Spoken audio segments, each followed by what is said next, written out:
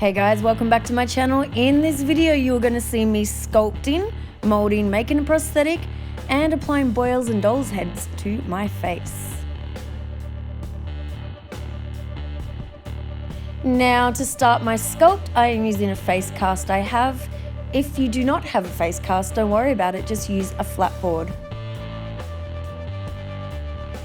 Now I'm using dental separator. I'll be using this on my face cast so eventually I can float the sculpt off my face cast. I apply about 3 or 4 layers of dental separator. Make sure it's dry and you are ready to sculpt. So I'll be using monster clay, and as you can see it's quite hard, so I'm going to be using my blow dryer, not my cat, my blow dryer, to heat the clay, ready to sculpt. And now it is nice and soft to work with. So I start the sculpt under my face cast. I am using the blow dryer throughout just to keep it nice and warm so it's easier to sculpt and make the lines and add the boils and do everything I want. It's actually winter here in Australia, so the clay tends to harden up real fast, so I'm using the blow dryer a lot.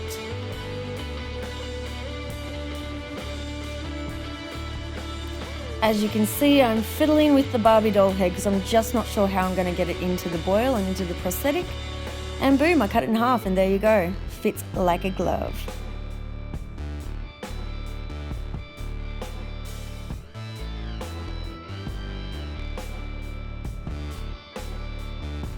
Now to start the floating process.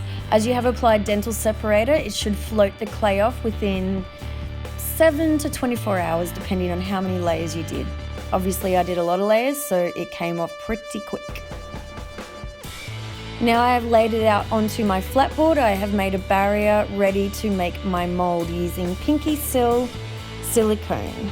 Part A, Part B. If you guys are familiar with it, you know that it will cure within 5 minutes of mixing together.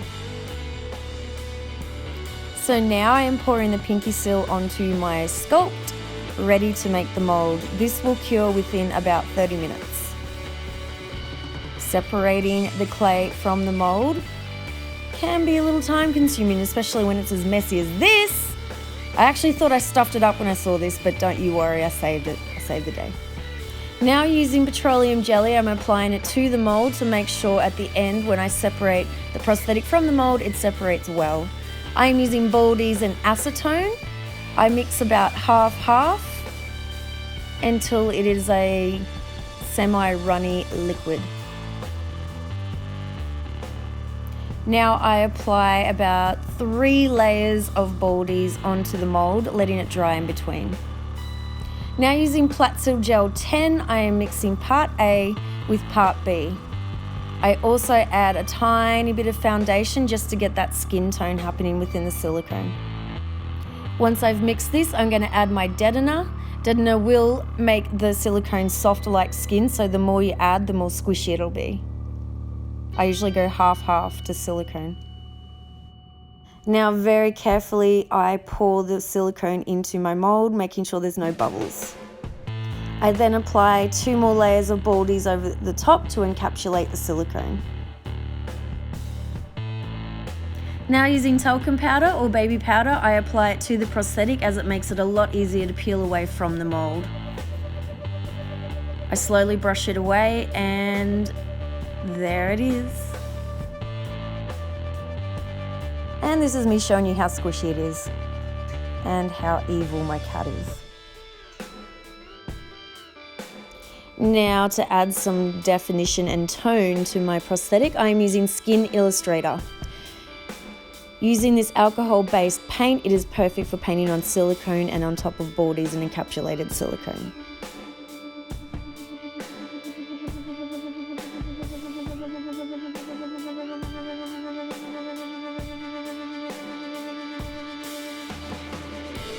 And as you can see by this point, I removed the skull because I found a really creepy doll head to add to it. Using my Mehron bruising wheel, I start to shade out my eyes using red.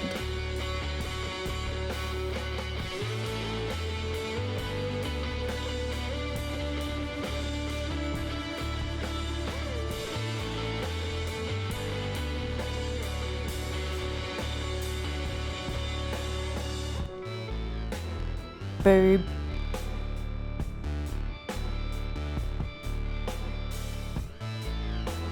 Now using Prosthetic glue, I am applying it around my mouth, ready to stick the prosthetic on. Now just going around the edges to make sure it's all sticking well. And then comes the acetone. This is the fun part. I get to dissolve the ball cap around the prosthetic.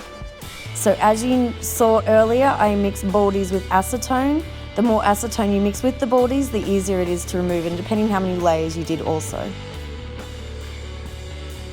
Now, using my Fast FX by Dermaflage, I'm going to add a little extra ooze to the prosthetic. By putting a small syringe under the ball cap on the edges, you can actually create more boils that just look extra gross and add to the look. Now adding some blood paste by Graftobian, I'm going to add it to the giant boils where the doll heads will go. The creepiest doll head of my life, by the way. I found this when I was a child, and I've kept it ever since. I don't know what part's creepier, the doll head or the fact that I kept it.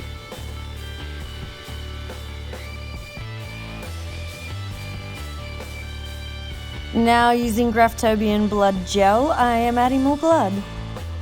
And more. And adding more blood because that's just what you do, right? I might turn some of that blood into veins. And add some more blood. And a bit more blood.